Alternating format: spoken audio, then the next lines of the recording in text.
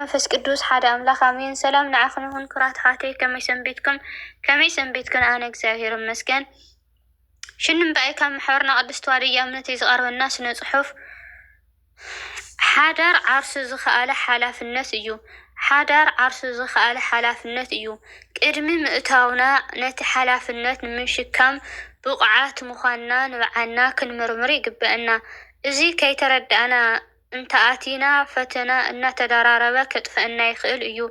ሓዳር ምግባር ወዲ ወይ ጓል ምዃን ጥራሕ እኹል ኣይኮነን። ስለዚ ኣብዞም ዝስዕቡ ነገራት ብስለት የድልዩ እዮም።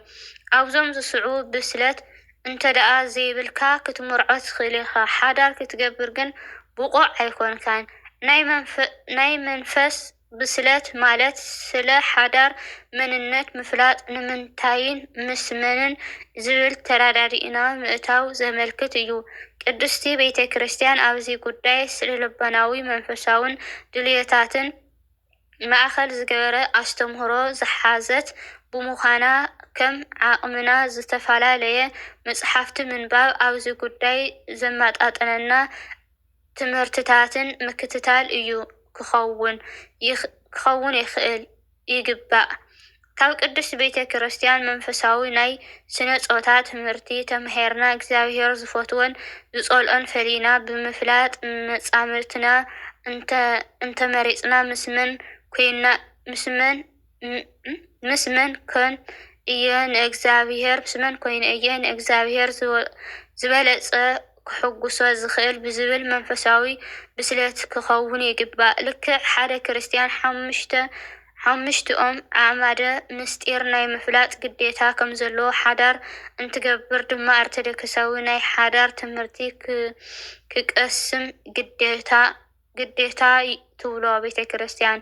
ስነ ልቦናዊ ብስለት ማለት ናይዚ ዓለም ውፃእ ውረድ መንከራን ፀገምን ምርካብን ምስኣንን ሓጎስን ሓዘንን ኮታስ ይጠቕላላ ሕልኽልኽ ዝበለ ነገራት ኦርቶዶክሳዊ ብዝኾነ ዓይኒ ምርድኣን ምፍታሕን ምሃብን ናይ ምኽኣል ዓቕሚ ዘመልክት እዩ። ንኣብነት ንግዚኡ ውላድ ምስኣን ካሊእ እውን መንነት ሓዳር ፈሊጥካ ናይ ሓዳር መማረፅትኻ ናይ ምቕባል ብስለት እውን ይሓውስ እዩ።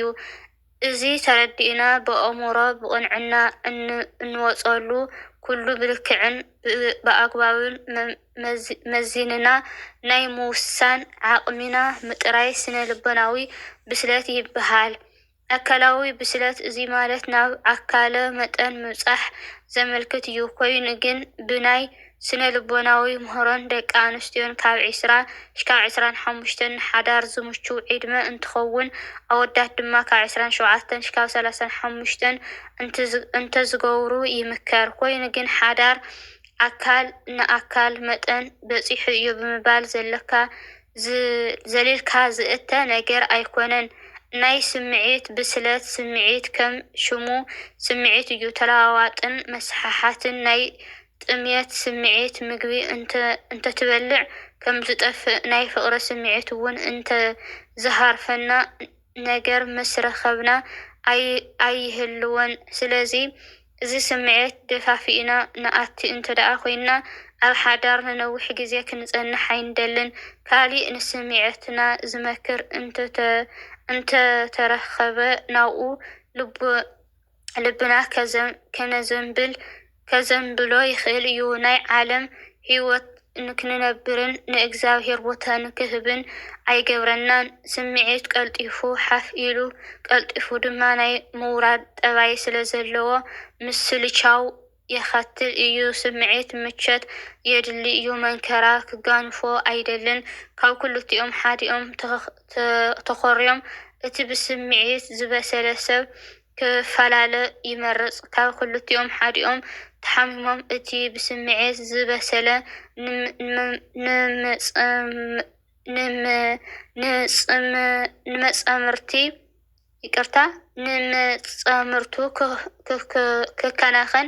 ንመፃምርቱ ክከናኸን ኣይደልን። ብስምዒት ዝበሰለ ሰብ ኩሉ ግዜ ክገብሮም ጥራሕ ክግበረሉ ስለ ዝፅበ ምሃብ ስለ ዘይለመደን እንተ ጎዲሎም ኣይዕገስን እዩ። ስለዚ ቅድሚ ምእታውና ብስምዒት ከም ዝበሰልና ንባዕልና ክንምርምር ይግብአና። ኢኮኖሚያዊ ብስለት ሓዳር ዘድልዩ ቀስታዊ ነገራት ኣለዉ። ብንእሽተይ እኳስ ቀለበት የድልዩ።